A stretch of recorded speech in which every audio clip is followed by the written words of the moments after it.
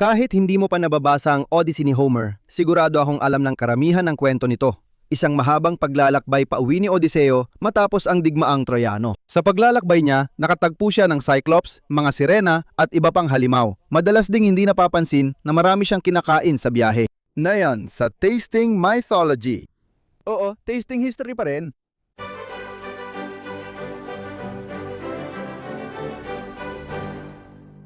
Kaya nang magdesisyon ako magluto mula sa Odyssey, alam kong 2 putahe ang gagawin ko. Siyempre may bago, pero ito rin ang perpektong pagkakataon para subukan ko ulit ang isa sa pinaka hindi ka nais-nais na nagawa ko dito sa channel, ang kikiyon. Ginawa ko ito noong 2020 nang sinimulan ko ang channel at ang bersyon ko noon ay mas nakabase sa paglalarawan mula sa Iliad. Isa itong malapot na lugaw at hindi talaga ito masarap. Gumawa ako ng mas bagong bersyon sa Tasting History Cookbook pero sobrang lapot pa rin at mas bagay kainin gamit ang kutsara kaysa inumin sa tasa. Pero ang bersyon na inilarawan sa Odyssey ay tiyak na isang naiinom na gayuma. Binanggit ang inumin sa Aklat 10 nang mapunta sina Odiseo at ang kanyang tauhan sa isla ng Aiea, isang mythical na isla na madalas ikinakabit sa baybayin ng Italia sa timog ng Roma. Ang bundok Sirsio ay ipinangalan sa mangkukulam na si Circe na doon nakatira. Huwag itong ipagkamali sa pusa kong si Circe na ipinangalan talaga kay Circe mula sa Game of Thrones. Ngayon, nang dumating sina Odiseo at ang kanyang mga tauhan sa isla, nakilala ng kanyang mga kasama si Circe na magiliw silang pinatuloy sa kanyang tahanan. Nang mapasok na niya sila sa kanyang bahay, pinaupo niya sila sa mga upuan at mangko at naghanda ng halo-halong keso, harina ng sibada at dilaw na pulot na may alak na pramyan, ngunit nilagyan niya ito ng masasamang lason upang tuluyan nilang makalimutan ang kanilang mga tahanan. Pagkatapos inumin ng gayuma, ginawang baboy ni Circe ang mga tauhan gamit ang tungkod at ikinulong sa kulungan ng baboy. Binigyan din sila ni Circe ng beyota, prutas at bunga ng punong kahoy. Pagkaing nilalantakan ng mga baboy habang naglulublob sa putikan. Hindi rin ipinaliwanag ni Homer kung bakit ginawang baboy ang mga tauhan. Baka sinusubukan lang niyang gawing mahina ang mga tauhan dahil banta sila o gusto lang niya ng pulled pork sandwich. Masaklap para sa kanila, kahit mukha na silang baboy, tao pa rin ang isipan nila. Nakakalungkot dahil naalala pa rin nila ang lahat ng nangyari sa kanila. Ngayon, kalaunan, binigyan din si Odiseo ng kekyon. Pero hindi siya tinamaan ng epekto nito dahil binigyan siya ng antidote ng Diyos na si Mercurio. Hinugot sa lupa, itim ang ugat, putit parang gatas ang bulaklak. Tinatawag itong moli ng mga Diyos at ang paghuhukay nito ay isang malaking pagsubok para sa mga mortal na tao. Pero kayang gawin ng mga Diyos ang kahit anong gusto nila. Ngayon, kahit anong sabihin ng aking mapagmahal na ina, tao lang ako, kaya di ko nahukay ang ugat ng woli na ito. Kaya hindi ko isasamang alinman sa masasamang lason na inilagay ni Circe sa kanyang timpla. Kaya para sa bersyon ng kikiyo na ito na walang masasamang lason, ang kailangan mo ay kalahating tasa o 100 at 20 mililitro ng alak na pramyan. Kaya iniisip ko, tulad ko, na wala kang access sa alak na pramyan at dapat mo itong sabihin, pramyan. Pero iyon ang alak na tumutubo sa bundok Pramnos sa isla ng Icaria at iyon ang alak na sinasabing konektado sa Diyos ng alak, si Dionysus. Ayon sa mga sinaunang tao, ang alak na ito ay napakaitim at napakalakas. Sabi ni Aristophanes, matapang ito at napapakunotno at napapasikip ang sikmura, kaya hindi dapat inumin ng hindi hinahaluan ng tubig. Hindi pwedeng inumin ng diretso ang alak na ito. Ganun ito kalakas. Kaya hanapin mo ang pinakamaitim at pinaka hindi matamis na pulang alak na kaya mong makita at saka mo ito haluan ng tubig. Hahaluin kong pantay ang alak at tubig. Kailangan mo ng isang kutsara ng ginadgad na matigas na keso ng kambing tulad ng kefalotiri at iwasang gumamit ng nabili ng gadgad na keso dahil hindi ito natutunaw ng maayos.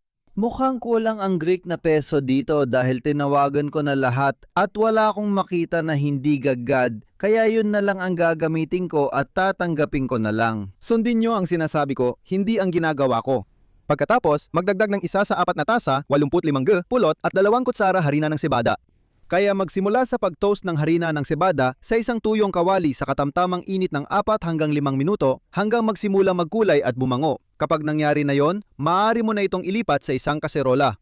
Ngayon ko lang naisip na pwede ko palang i-toast ito direkta sa kaserola para hindi na kailangan ng 2 kawali, pero nandito na tayo. Pagkatapos, idagdag ang pulot at ilagay ito sa katamtamang init para lang painitin ang pulot tapos haluin ang harina at pulot ng magkasama. At kapag nagsimula ng kumulo ng kaunti ang pulot, pwede mo nang idagdag ang keso na dapat matunaw. Hindi naging maganda ang akin, pero natunaw din sa huli kaya nadagdag ko ang tinubigang alak ko.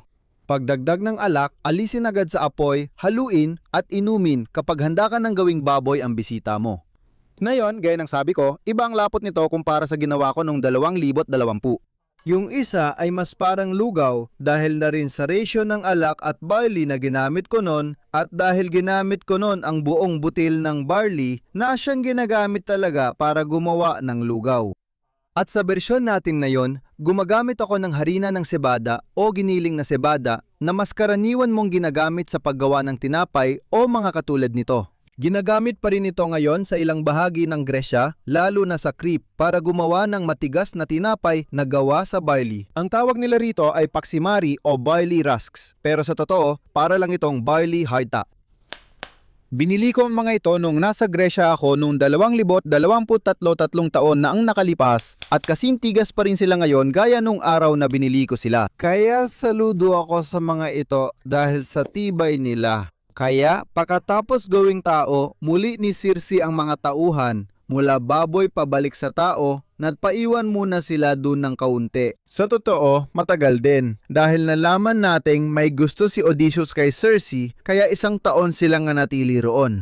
Pag-alis nila, dumaan sila sa maraming pagsubok. Bumaba si Odysseus sa daigdig ng mga patay at naglayag lampas sa mga sirena. Tinahak nila ang daan sa pagitan ng halimaw na si Scylla at ng alimpuyong si Charybdis bago sila napadpad sa isang isla na puno ng mga sagradong baka ng Diyos ng Araw. Isa sa mga lalaki ang pumatay at kumain ng bakakaya bilang ganti. Winasak ni Zeus ang barko at pinatay ang lahat maliban kay Odysseus. Nang sa wakas ay nakabalik si Odysseus sa Ithaca kung saan siya talaga ang hari matapos halos 20 taon, siya ay sa kasamaang palad nag-iisa. Ayon sa utos ni Athena, hindi basta pumasok si Odysseus sa dati niyang palasyo at nagsabing, "Oy mga tao, nandito na ako."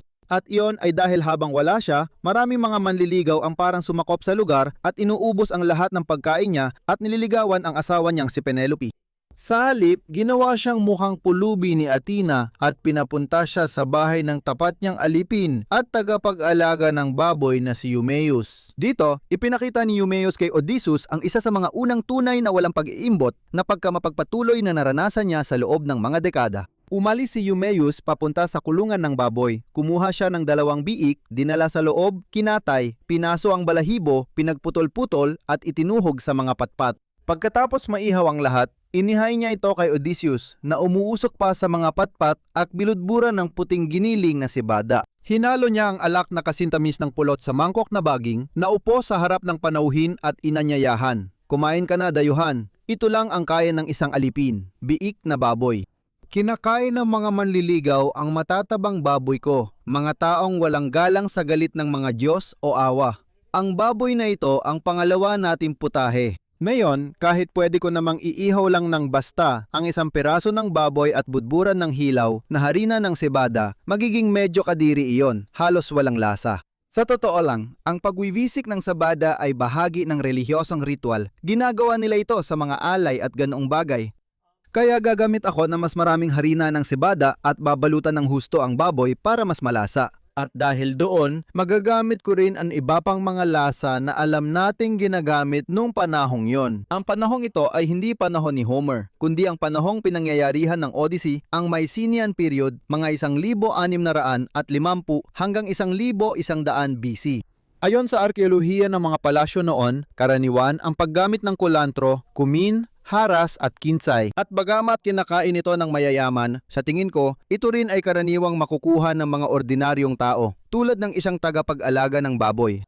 Gagamit tayo ng ilan doon para sumarap ang baboy na ito. Kaya para gawin ang ulam na baboy na ito na inihay ni Eumaeus kay Odysseus, ang kailangan mo ay 3 kapat na libra o 300 at 40 gramo ng baboy. Kahit anong hiwa ay pwede. 1 kutsara olive oil, 2 kutsarita asin, 1 kalahating tasa o 70 barley flour, 1 kutsarita coriander, 2 kutsarita buta ng kinsay, at 1 kalahating kutsarita cumin o haras. Parehong malakas ang lasa ng dalawa, kaya hindi ko gagamitin pareho. Pipili lang ako ng isa.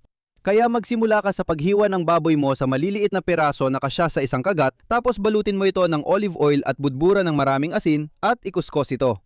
Pagkatapos, ibabad muna ng 10 minuto habang nilalagay at hinahalo mo ang mga pampala sa barley flour. Ilagay ang ilang piraso ng baboy sa pinaghalong harina at balutin lahat ng bahagi. Ituhog ang bawat piraso sa patpat hanggang mapuno ito. Pagkatapos, maaari mo itong lutuin sa bukas na apoy kung may ihawan ka o kung gusto mong gamitin ang oven mo, pwede mo itong ilagay sa oven sa 400 at 25 degrees Fahrenheit, 200 at 20 Celsius. Pagkatapos, i-roast mo ito ng mga 18 hanggang 20 minuto o hanggang maluto ng husto ang baboy. At habang niluluto mo ito, siguraduhin mong i-like ang video na ito. Malaking tulong talaga ito sa channel para mas mapanood ng iba, higit pa sa kaya kong ipaliwanag. Pwede ko rin itong tingnan. Pwede nating tingnan ang ibang pagkain na nabanggit sa Odyssey. Ang Odyssey ni Homer ay maraming usapan tungkol sa pagkain. Kaya hindi ko lahat tatalakayin dahil aabutin ng matagal at medyo paulit-ulit din. Halos buong kwento, ganitong mga pagkain ang kinakain nila. Kaya ituturo ko lang ang ilan sa pinakamahalagang pagkakataon kung saan sila kumain ng isang bagay, kung saan makikita rin natin kung ano ang iniisip ng mga Griego noong panahong yon o marahil noong panahon talaga ni Homer na ilang siglo ang lumipas tungkol sa pagkain. Dahil sa totoo lang, ang pagkain sa Odyssey ay hindi talaga nagpapakita ng kung ano ang karaniwang kinakain ng mga tao o kahit ng mga mayayamang tao sa Gresya noong panahong yon. Kahit may nabanggit tungkol sa pangangaso, pangingisda, pagkaing dagat, prutas at gulay, kaunti lang ang mga iyon. Kahit na ang mga iyon ay pangunahing bahagi ng kanilang pagkain, mas madalas mong maririnig ang tungkol sa karne, partikular na baka, alak at tinapay. At ang baka o kahit anong karne na nabanggit ay laging niluluto sa pamamagitan ng pag-iihaw lamang. Hindi ito pinakuluan na siyang mas karaniwan sa pagluluto ng karne sa mga sumunod na taon. Sa katunayan, si Ateneo na nabuhay halos 1,000 taon matapos si Homer ay nagkomento, saan sinabi ni Homer na may akeano na kumain ng isda? Palaging iniihaw lang nila ang karne. Kaya sa tingin ko, pinaka-interesante talagang tuklasin yung mga pagkakataon na kumakain sila ng ipinagbabawal na karne ng baka o kaya napipilitan silang kumain ng ibang karne tulad nung nasa isla sila ng mga Cyclops. Isa sa unang hintuan ni na Odiseo at kanyang tauhan ay isang isla ng mga Cyclops, mga higanteng may isang mata. Dahil kailangan nila ng pagkain, napadpad sila sa kuweba ng Cyclops na si Polyphemus.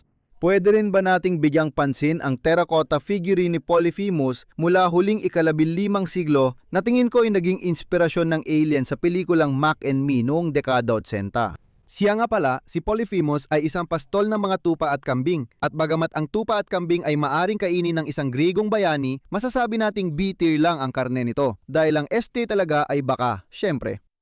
Kung kailangan, pwede naman nilang kainin yon. Sa totoo, ang mga karne na yon ay mas kaugnay ng mga karaniwang tao. Mas karaniwan pa nga na si Polyphemus ay kumukuha ng gatas mula sa mga hayop na ito at gumagawa ng keso. Mulay, ang mga tao ay kumakain ng keso sa panahong ito. Mga tao mula sa lahat ng antas. Alam natin mula sa mga arkeologo na lahat ng tao ay kumakain ng keso. Pero sa panitikan, ito ay nakikita bilang pagkain ng karaniwang tao. Pero kapag gutom na gutom ka, pinapayagan kang kumain ng kahit ano siguro. Kaya si Odiseo at ang kanyang mga tauhan ay palihim na pumasok sa kuweba ni Polypemo. Ang mga estante niya ng keso ay punong-puno ng mga keso at mas marami siyang mga batang tupa at kambing kaysa sa kayang hawakan ng kanyang kulungan. Sa kanyang gatasan, umaapaw sa swero ng gatas ang lahat ng sisidlan, mangkok at timba na gamit niya sa paggatas. Nang makita ito ng aking mga tauhan, nakiusap sila sa akin na payagan silang magnakaw muna ng ilang keso at dalhin ito pabalik sa barko. Babalik sila, itataboy ang mga batang tupa at kambing, isasakay sa barko at aalis kasama ang mga ito. Nakakaawa talaga si Polyphemus pag-iisipin mo. Pinagsikapan ni Polyphemus alagaan ang mga tupa, kambing, gatasan at gumawa ng keso. Pero biglang dumating ang mga walang modo at ninakaw lahat. Sa puntong ito, siya talaga ang nagrabyado. Pero gagawa siya ng bagay na magbabago sa tingin ng mga tao sa kanya. Dahil nang matagpuan niya sila ron, mabilis siyang nakipag-usap kay Odiseo at kinuha ang dalawa sa mga lalaki at inihampas sa lupa. Pagkatapos, pinilas niya ang kanilang mga katawan at inihanda ang kanyang hapunan. Nilamon niya sila na parang leon sa kagubatan, laman, buto, utak ng buto, at mga laman loob, walang itinira kahit ano. Pagkapuno ng Cyclops ng laman ng tao ang bibig, milunok niya ito kasabay ng pag-inom ng gatas. At dito rin, nagkakaroon tayo ng idea kung ano ang kinakain at lalo na ang iniinom ng mga Griego nung panahong yon. Dahil para makatakas, nagpasya si Odysseus na kailangang malasing niya ang Cyclops na ito. Kaya inilabas niya ang isang uri ng alak na sinasabing pinakamagandang klase ng alak. Ibinigay ito sa kanya ni Thracian Maran bilang pasasalamat dahil hindi siya pinatay. Binigyan ako ni Maran ng 7 talento ng ginto at isang pilak na mangkok para sa paghahalo at 12 tapayan ng matamis, purong at napakasarap na alak. Kapag umiinom siya, hinahaluan niya ito ng 20 bahagi ng tubig sa isang bahagi ng alak. At kahit ganon, ang bango mula sa mangkok ay napakatamis, kaya imposibleng pigilan ang sarili sa pag-inom. Gaya ng sabi ko, laging hinahaluan ng tubig ng mga Griego ang alak nila. Mga barbaro lang ang umiinom ng purong alak. Pero kadalasan, alam mo na, isang bahagi ng alak, siguro 2 bahagi ng tubig, 3 bahagi ng tubig, 4 na bahagi ng tubig. Kaya ang alak na kailangan ng 20 bahagi ng tubig ay siguradong napakalakas talaga. Pero ibig sabihin nun, ito ang perpektong alak para malasing ang isang Cyclops kapag ininom ng hindi hinahaluan. Pagkatapos uminom ng ilang mangkok, si Polyphemus nawalan siya ng malay, kaya nagkaroon ng pagkakataon si Odysseus na saksakin ang nag-iisa niyang mata para makatakas sila. Ngayon, sa kasamaang palad para kay Odysseus, nalaman niyang si Polyphemus pala ay may sikat at makapangyarihang ama, si Poseidon, ang Diyos ng lindol at dagat. At kaya nang malaman ni Poseidon na tinusok ni Odysseus ang mata ng kanyang anak, nagalit siya at sinabi, "Sige, ang pagbabalik mo sa Ithaca ay magiging napakahirap at hindi ka aya-aya." Kaya sa sumunod na pagkakataon na nagkaroon si Odysseus ng tsansang inisin ang isa sa mga Diyos, sinikap niyang huwag nang ulitin ang parehong pagkakamali. 2 beses pa siyang binalaan na huwag nang ulitin ang pagkakamaling iyon. Ang una ay noong nasa daigdig siya ng mga patay, sinabi ng bulag na propetang si Tiresias na napagalit niya si Poseidon. Pero sa tingin ko, maaari pa rin siyang makauwi sa Ithaca. Sige, ikaw at ang iyong mga tauhan, basta't huwag ninyong palpakin ang lahat kapag nasa isla kayo ng Trinasya. Doon makikita ang mga tupa at baka ni Helios, Diyos ng araw na nakakakita at nakakarinig ng lahat. Kung hindi ninyo sasaktan ang mga kawan ng tupa at baka, makararating pa rin kayo sa Ithaca kahit mahirapan. Kapag sinaktan ninyo sila, siguradong malilipol ang barko at tauhan ninyo. Pagdating mo sa ibang barko, makikita mong sinakop na ng mga lalaki ang iyong tahanan, kinakain ang pagkain mo at nililigawan ang iyong asawa. Ngayon, alam na ng mga nanonood na nangyayari na ito. Nakita natin na ang bahay niya ay sinakop ng maraming manliligaw na kumakain ng lahat ng pagkain at nililigawan si Penelope, ang kanyang asawa. Pero sa puntong ito, hindi pa alam ni Odiseo yon, kaya may kaunting pag-asa pa siya na magiging maayos ang lahat. Naniniwala akong tinatawag itong dramatic irony. Ngayon, nakita ulit ni Odiseo si Circe, ang mangkukulam, at binalaan din siya nito, makakasalubong ka ng mga baka na pagmamay-ari ni Helios. Huwag mong hawakan ang mga bakang iyon, huwag mong gawin iyon. At marahil dahil nakonsensa siya sa ginawa niyang baboy ang mga kasama ni Odiseo, binigyan pa niya sila ng maraming pagkain para hindi sila matuksong kainin ang mga bakang iyon. Sa kasamaang palad, naubos nila halos lahat ng pagkain, pero dahil ayaw ni Odiseo na kainin nila ang mga baka, napilitan silang maghanap ng hayop, isda at ibon, anumang mahuli nila. Ngayon, maaring iniisip natin na ang pangingisda at pangangaso ay mga gawain ng mga lalaki. Pero nung panahon ni Homer, hindi ganon dahil ito ay mga gawain ng karaniwang tao.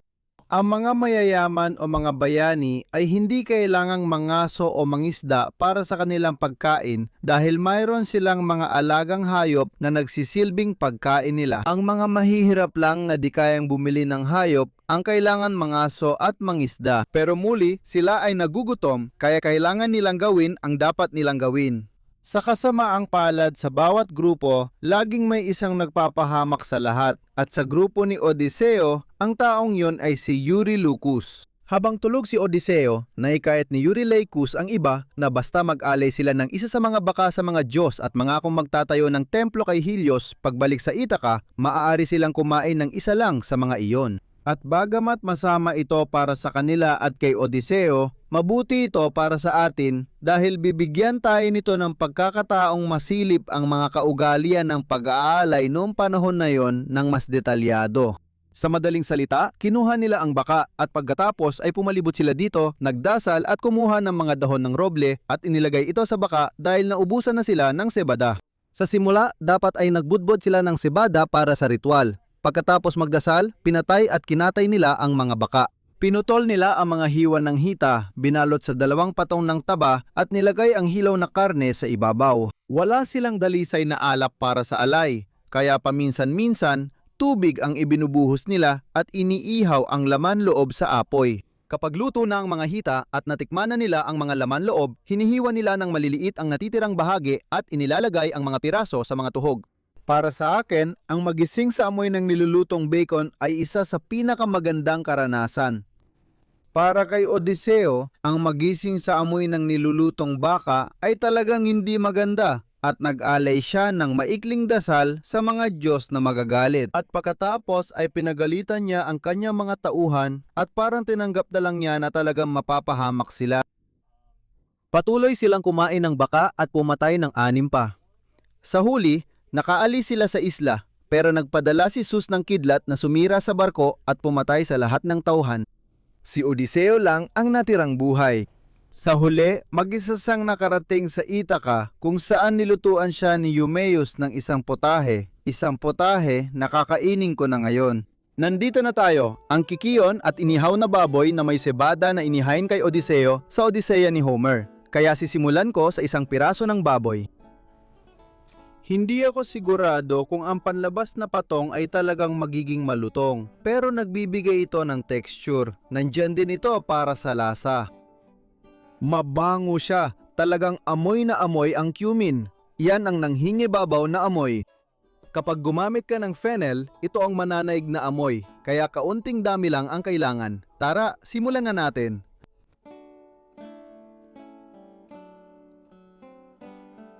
Sa totoo lang, masarap siya. Simple lang, pero malasa. Sa tingin ko kung niluto ito sa siga, mas masarap pa. Mas makukuha mo yung lasa ng luto sa apoy. Pero maganda ang pagkakaluto ng baboy. Masarap siya, masarap. At na yan mga kaibigan, ang kikiyon. Naalala ko yung unang beses na uminom ako nito. Mas likido ito, para siyang malapot na alak kaysa sa malabnaw na lugaw. Maganda ang kulay nito. May kaunti pang piraso ng keso na parang lumulutang pa, pero sa tingin ko, karamihan ay nahalo na. Sige, tagay!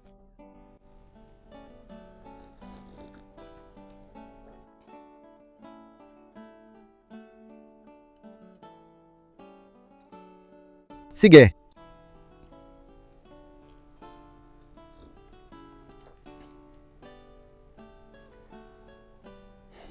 Pakiramdam ko, nailigtas ko ito. Naggumawa ako ng bersyon na gugustuhin ng tao na inumin. Mas marami itong pulot. Nilagyan ng tubig ang alak kaya mas maganda ang halo. Hindi sobrang nangingibabaw ang alinmang isang lasa. Yung lapot mula sa harina ng barley, mas malapot ito kaysa sa karaniwang alak, pero hindi siya buo-buo gaya kapag buong barley ang ginamit. Hindi kailangan ng keso. Hindi lang dahil may texture yung ibang piraso na hindi natunaw, kundi mas dahil medyo maalat talaga yung keso at lahat ng keso nila noon ay medyo maalat. Masarap naman siya, pero hindi ganun kasarap na gusto kong uminom ulit, pero hindi ko naman ito kinasusuklaman. At talagang hindi ko nagustuhan yung una. Yung una talaga, aaminin ko yan. Kaya para sa akin, panalo na yon. Oo, ngayon yung akin wala namang lason. Walang masamang lason, walang mapanganib na inumin, kaya ayos na rin. Pero alam mo, bukod doon, sa tingin ko tama naman talaga. Sino ba ang nakakaalam? Si Homer. Hindi talaga siya nagsusulat ng libro ng recipe. Nagsusulat lang naman siya. Alam mo, maswerte na nga tayo na nakuha pa natin ang impormasyon na iniwan niya para sa atin. Sa totoo lang, iniisip ko rin na gagawa ko ng video tungkol sa kung ano kaya ang kinakain ng mga Trojan, kung ano ang alam natin tungkol sa pagkain ng mga Trojan. Kaya abangan nyo na lang siguro yon. Hindi ko pa nasisimulan ang research at hindi ko talaga alam, kaya hindi ko rin alam, baka hindi ko na lang dapat nabanggit pa ito. Huli na. Sana makahanap ako ng magandang impormasyon. Makagagawa ako ng Trojan na pagkain mula sa Iliad.